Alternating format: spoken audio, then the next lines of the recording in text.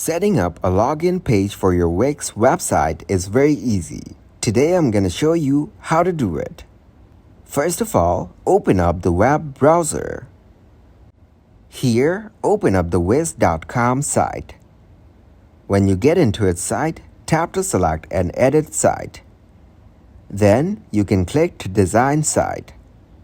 So, when you get to design the site by tapping on the pages and menu icon from the dashboard, now choose a sign up and login page, then select a member login form.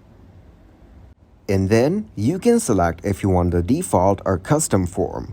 So select the custom form and tap to add it to the site. Or you can use the default form. Just choose which option shows first, new member sign up or existing member login. Then go into social and community. You can turn on or turn off the Google login and Facebook login options. To view your site sign up and login pages, click Publish and go to your live site. So, that's what we're gonna do. Enable Google login and click to publish the site. Now, you can see the Facebook login form. You can turn off the Google form as well. Then refresh the page and tap on Login. Then, you will be able to see both Facebook and Google login form.